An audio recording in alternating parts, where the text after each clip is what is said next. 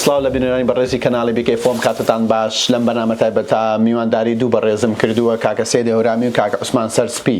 سلااوتان لێبێت. سلااو لە جەنابیشی کاکەجون. کاک سەید زۆرمان و دیاری هۆکاری چییە؟ وڵی خۆی من نامانەوێت چاکە و خێر بە خەڵک بفرۆشینەوە، بەڵام لەبەرەوەی کە یعنی ئینشاءالله بۆی کە من چاو بکەم لە جەنابەت چاو بکەی لەم پیاوە بەڕێزە کە زیاتر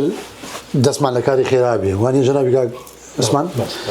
ئیسە بۆ نمونە ئەم پیاوە بەڕێز چی لە لەندەنەوە گیانوێتی هێرە تەسەوەرکە، یا بۆ نمونە بەکو خۆ ئاگادار بوویت کە من بەڕاستی سەرمەشقی و سەرۆکاری دوو کەیسم لە بەردەسا بووە، 4 تەرەممە بووە لە ماوە لەم سەروبەندی سەری ساڵ و تایسە 4 تەرمی کورد، دوانیان من نوێنەری کەسوکارەکان و حکوومەتی بەرتانی پۆلیسی هێرە لە نێوەندی ئێرا کۆنتاکتم لەگەڵ کەسوکارانێک کورسان و لە ئێرەش وە کاروبارە یاسایەکانی ئیتر هەر ئیمێڵێک کەیت پۆلیس کە لە من یەکام نەکەڕێم و کەسکارەکەیان یا کەسکارەکان کە میان کرۆ بە نوێنەر ئەمانە ئەرکێکی ئاسان نییە بەڕاستی، چکە هەندێ بەرپرسیارەتی هەیە هەندیش دەبێ وەڵامی بێتەوە، هەندیژار کێشەی تێکەوێ بە تایبەتی ئەم جوانە مەرگەیە ئەم کاکە ڕامینە لە گلاسگۆ لەبەرەوەی کە خوار 18 ساڵان بوو، زیاتری خەیاندوو، زیاتری پێچوو، زیاتری کاتویست. الحەمدولای ئێستا جەنازەکەی ماوەرگرێتەوە، ئیستەکە ئەم ڤیدۆ تۆمارەکەین ئەم شەوڕۆی نوێژی جەنازی لەسەرەکەین و ئەینەرین و بە کوردستان جەنابکە حاجی عەدنانیش کاروبارەکانی ناردنەوەی وەکو تکت و وەکو ئەوەی کە لە پێویست پێت بە لە ڕێی ختوتی عێراقی و ئەو شتانەوە جەنابیان جێبەجێەکەن. جەنابی کە حاجی عوسمان هاتووە تەشریفێنەوە لەندەنەوە ئەی شۆرێت خزمەتەکانمان بە یەک نەفەر ناڕوا بەڕێوە ڕاستی بەڵێ چەند ئەندامەکانی کۆمەڵی کوردی بەرتانیا هەر یەکێ بە ئەرکێ گەڵەسێ هەر جەنابیشی دارێکی ویلۆ کەسانی کە زەحمەتی کێشی یا شتانە بڵاوەکەیتەوە یا من خۆم شاید توش جەنازەت شۆردووە دەستخۆشی دەکەین لە جەنازەکە. هۆکاری مردنی گەنجەکانمان زیاتر بۆچی ئەگەڕێنەوە بە تایبەتی لە وڵاتی بەریتانیا هەمووشی گەنجە و لە تەمەنێکی کەمان؟ وڵی ناتوانانی هەمووی بۆ یەک هۆکار بگەڕێنیتەوە یا هەشتێک کرد کەسە مۆزعکی جایە، بەڵام ئەوەی کە ئیسا هەیە جاران نەبوو پێشتر نەبوو بەڕاستی. بۆ نمونەگە سپڕۆن سێری هەواڵەکانی مەرگی کوردی تاراوگە بکەن زۆر بۆ بەڕاستی ماوەیەکە لە نێوەندیانە ئەوەی کە مەبەستمە ئەوان کە کەس دەستیانە چێتێک گیانی خۆیان پرسیارەکە مەبەستەکەت لەوەش ئەوە بێ وانە ئەوانەی کە دەستیانە چێتێک گیانی خۆیان بەڕاستی جێگی پرسیارە ئێوەش لاتان مەبەستە یاجێ لای ئێوەش پرسیارە باماشەوە. ڕاستیەکەی دووبارە ئەڵێمەوە هەموو کەس یەک هۆکار نییە، بەڵام ئەوەی کە من پێ بم ئەوەی من کە من بیرم لێکردێتەوە ئەوەیە کە بەڕاستی هەندێک دافع هەیە هەندێک فاکتەر هەیە واکە لە هەندێک گەنج کە ئەزممویان کەمە یا تەحملی سەختیەکانی ڕۆژگار ناکەن بەرپرسیارەتەکانیان ناکەن وەکە گەڕانەوەشیان جا هەندێک لێ وەڵن جا باشە کە نایکەن لەوێ کە خەفەتی هەیە لەوێ کە لێ بەرشکست بووە یا قەرزی بۆ نادرێتەوە یا ئیشی دەست ناکەوێ ئەی بۆ ناگەڕێتەوە هەوا شکاتەوە کوردستانەکەی تۆ هەمووی لۆمەیە ئەوە چییە؟ کورە بابەت و عقلی وایە نهاتیتەوە بۆ ئێرە بابەت دوو لە ڕووی جەنابتان و بیسەران بمصطلحێکەیە حەز ناکەم باش بڵێن بەڵام ئێڵێم بۆی کە تێبگەن کاکە کابرا خوێڕی و نێتوانانی یانیشەی یعنی کابرا بیرەکات و کۆمەڵێشت هەیە کە کۆمەڵی قسەی سەرجادە هەیە تەحملی ناکە بۆیە کە کەسێکە کە تەحملی وەزعێکی نەکرد لێرە باری گوزەرانی باش نەبوو کە ویستی بگەڕێتەوە بێ گوێر نەیان لەم قسانە خەریکی ژیانی خۆی بێ بۆ خۆی بژیە چکە بەڕاستیەکە تۆ لە غەمی ڕاکەی لە غەمی بێئیقامەیی و قەرزاری و بێئیشی و خەفەتێکە دەیە ئەتەوێت لێ دەرباز بیت و لە کۆڵ بێتەوە بە مردن ئەوە بزانە تۆ تیرێکی خەفەتاویەکەی بە جەرگی دایک و باوکتا بۆ هەتایە خوێنی لێتکێ بۆیە داوا ئەکەم هەرگیز بیر لەوە نەکەنەوە کە دەستیان بچێتە گیانی خۆیان و خۆیان فەناکەن چکە بەڕاستی بێجگە لەوەکەی لە دنیاە سزای دایک و باوکتە دەی وە سزایکی قیامەتیش الله أعلم چاوەڕێتە بێ لەوە زۆر سپاس ئەچینی لای بەڕێز کاک عوسمان سەرسپی چی وای لە جەنابت کردووە هەر ڕۆژە و لە شارێکیت ئەم خزمەتانی ئێوە چی ئەیکەن بە پەنابەری کورد کە لەم وڵاتە کۆچی دوایەکات؟ کاکەشم دەست و چاوی جەنابی خۆش بێ و سوپاس بۆ کاک سەیدیش کە هاوکارە الحەمدولله هەموو کاتێک سوپاس بۆ بینەران و بیسەرانی کەناڵەکەتان هیوادارم جەنابتان زۆر باش بن خۆزگە ئێمە بۆ ئەم کێسانە کۆ نەبووینایەتەوە ئێمە بۆ خۆشی خەڵک و بۆ هاوکاری بەسیط کۆبووینایەتەوە بەڵام بەداخەوە مردنەکە زۆر بۆ لە وڵاتی بەریتانیا بەڕاستی مردنەکە قۆناغ بە قۆناغە کاک سەید کاگە شەمۆجیان کاک سەیدیش خۆی معلوماتی دا و جەنابش لەوانە کەمێک معلوماتە هەبێ ئەو کەسانی کە لێرە ئەمرین بە ئەنواع هۆکار وەفات دەکەن بەداخەوە ئێمە باسی کورد دەکەین باسی گەنجەکانمانەکەین باسی خەڵکی قەومی کوردی خۆمانەکەین لێرە کە چۆن بۆ ئەمرن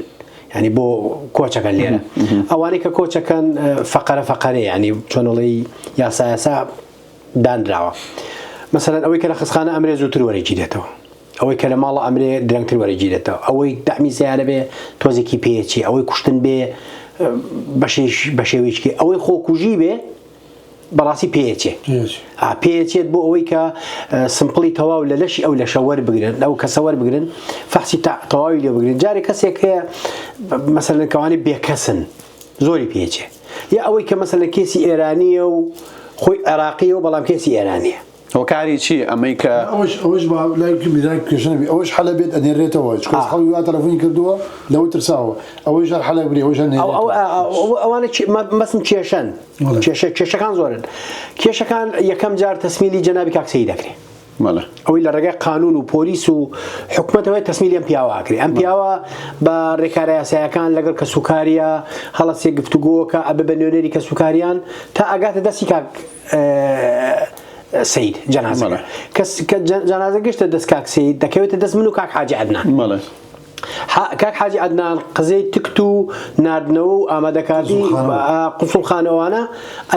ئامادەکاری بۆکرێ بۆ ئەوەی کە برێرێتەوە شۆردن و کفن و دفنی ئەو شتانەی لە ڕێگای مەسەلەن مسلمانی خۆمانەوە ئەکرێتە دەست ئێمە وەکو تیمەکەی خۆمان ئەی شوێن کفن و دفنیەکەین خێنە سنووقە و حازرێکەین و ئەینێنەوە کوردستان لە ڕێگای جەنابی کاک حاجی عەدنانەوە زۆر خۆشت هاوڕێیی تەرمەکە کردووە ئێمە هەموو کاتێک ئەو پێشنیارەمان داوە بە برایانی کۆمەڵی کوردی بەریتانیا پێمان وتوانە هەر کەسی نەبێ ئێمە ئامادەی خۆمان لەگەڵ یا بڕینەوە من وەکو خۆم وەکو تیمەکە ئەتوانین بڕۆین لەگەڵ یا کێشەمان نییە بۆ بردووشمانەتەوە جەنازەشمان بردوێتەوە الحەمدوللا ینی ئەوەی کە ئێمە پێمان بکرێت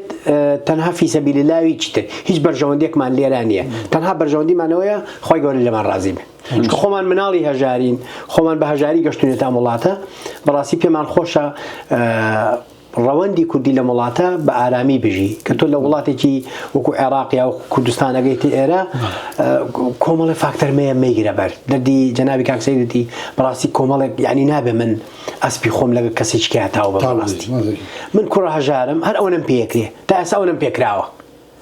زیاترم پێ ناکرێ ئەگە کەس و کار فشاری دەرونیم لەسەر دروستەکان ئەگە کەس و کار داوای پارەی زۆرم لێکەن ئەگە کەس و کار داوای شتی گەورم لێکەن بە من ناگرێ ڕێکارەکەی من ئەمەیە یان ئیشەکەی من ئەمەیە زیاتر ناتوانم بکەم بەڵام هەندێک خەڵکەیە بەڕاستی چاو لە ئامۆزایەکە چاو لە پورزایەکە چاو لە کوڕی دراوسەکانیەکە یعنی لە خاوەنیشەکەیەکە باوەڕم پێ بکە من خۆم چووم بە ئوتێل بە دوای خەڵکە هێناومە بۆ لای خۆم پێوتم وتوتی یعنی تۆ چۆن سیاری مۆدیل ئەوەنەوە پێ نییە تۆ چۆن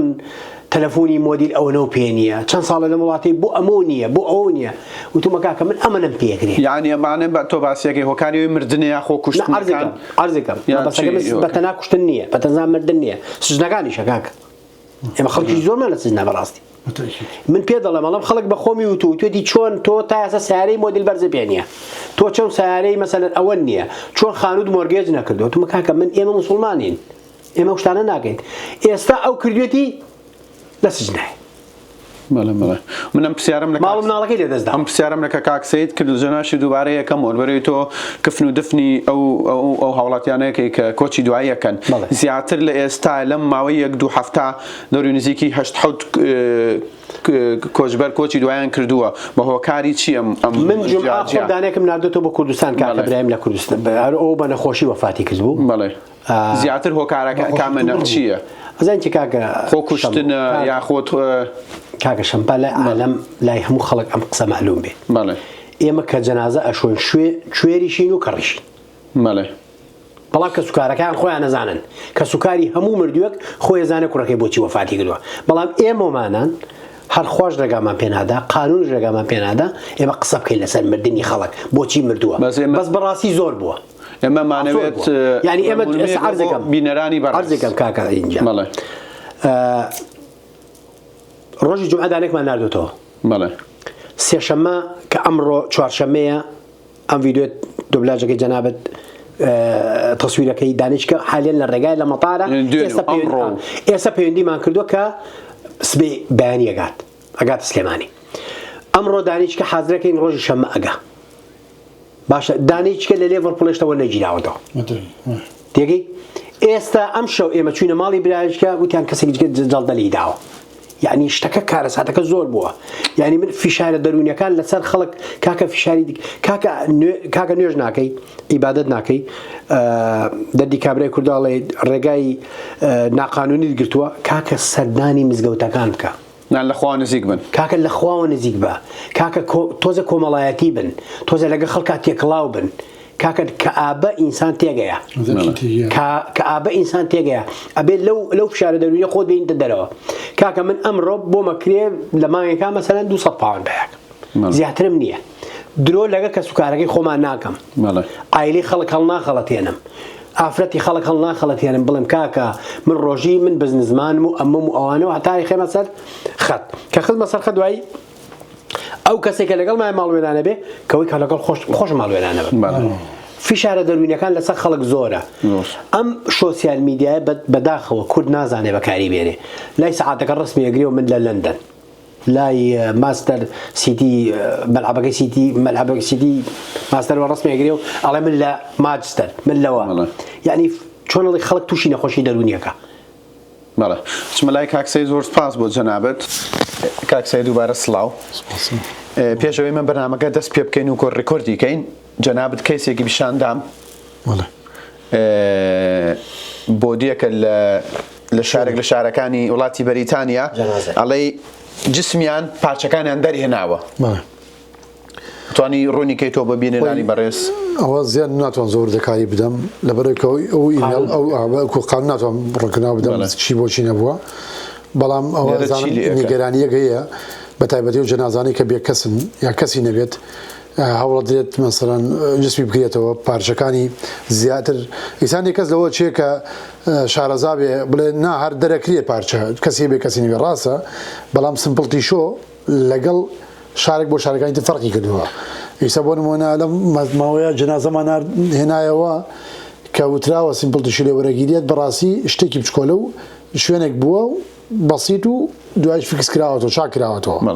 دوای بکە عوسمان کۆنفێرم کردوتمای وایە یان وا بووە چکە ئەم جەنازەکەی شۆردووە وەردەکای نەیەوە نەیوتووە وا بڕاوە یا دەراتووە بە زوودی کاک سەید بەڵێ شتێکی بچکۆلە بووە و چاکش کراوەتەوە بەڵام جەنازە هەبووە بەڕاستی ئەندامی جسمیان دەرکردووە ئەمە ئەگە کەسێکی نەبێت زوو بڵێ وڵا کەس کارەکەی ڕازی نیە دامە دەرکرێ وەکە دەریشتان کردووە یاسای بە دەریکەن بۆی کە بزان ئەم کەسە بۆ مردووە بە تایبەتی کەسێک لە شوێنێکە ئەدۆزرێتەوە لە ماڵە یا لە جادەیە ئەمان چند مێشکەکەی دەرەکەن یا دڵی دەرەکەن بۆی کە بزان بۆچی مردووە ئەمە لی دراوە یا جەڵدەری یا شتێک لێ بابەتانە بەڵام ئەمە نۆرمالە تا کاتێکە دڵی دەرکرێ یا پارچەی لە مۆخی دەرکرێ بەشێک لە مۆخی دەرکرێت بەڵام ئەوە نۆرمال نییە هەموو مێشکی دەرکەیت دڵی دەرکەی گوشیلەکانی دەرکی سیەکانی دەرکەیت جەنازە بۆ وایانێ کردووە هەموو ئەندامەکانی دەرکەوە لە ناوەوە باشە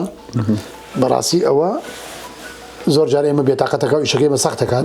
لە کاتێکا تا ئێمە پیانەڵین ئەو کەسەیە کە میکرۆ بە نوێنەر ئەوان پیان خۆش نییە ئەبێ شتانە بگەڕێتەوە جسمەکە تەنانەت کەسمانەی ئیسش لە دادگایە کەسکارەکە لە کوردستانەوە داوای کردووە ڕازی نەبووەوە ئەوە شتێکە ناتوانم لێرە وتکردنەوە بەزار بنەکەم ئەو لە کاتی ڕاستەخۆی بەرنامە تەلەفۆنی بۆیەت ئەوە کە حاجێدانە کە ئەویژەر کە حاجێدان بەڵێ بەڵێ کە حاجیان وڵی قوربان وایە وڵی کاک سەیجان بۆ معلومی لای جەنابتان ینی وەکو کۆمەڵی کوردی ئێمە کاک سەید ینی برایەک و هاوکارێک و پشتێکی زۆر باشە ینی شتەکان خۆی بە شخصی بە عملی هەڵەسێ بە کارەکان ئەمە زۆر ینی عملیەکە خۆی لە گڵاسگۆ هەتاکو ئێرە بەتەنگەوە بووە لە لیڤەرپۆڵ تاکو ئێرە بەتەنگەوە بووە چەنەها شاری تری کردووە لەندەن بۆ ئێرە منەی ناسم ینی ئەوە ڕیایی نییە باش شتەکان بچێتە لای بچێتە بەشی خوای گەورە بچێتە قیامەت بۆ خۆی و ماڵ و مناڵی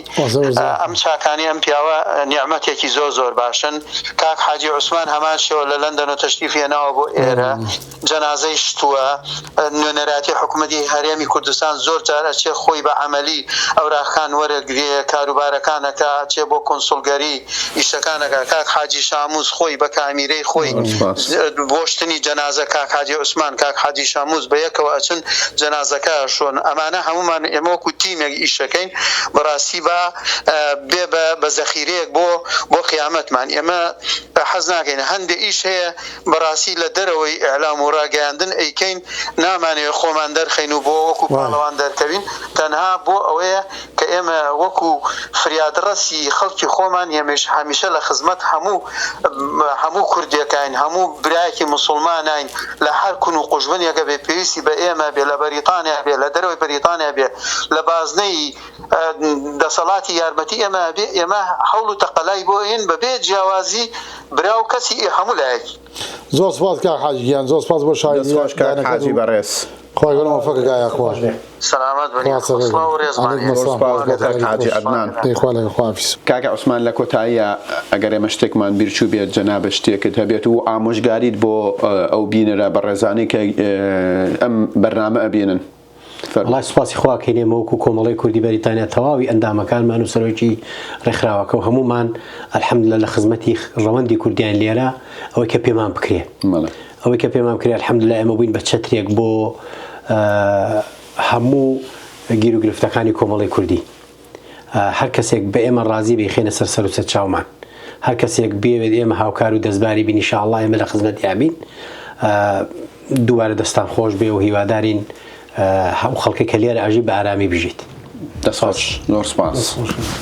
زۆر سپاس تایسە بینەرمان بوون خواتان لەگەڵ BK4 کورد لە هەر کوێ بێ کەناڵی BK4 لەوەیە کەناڵی BK4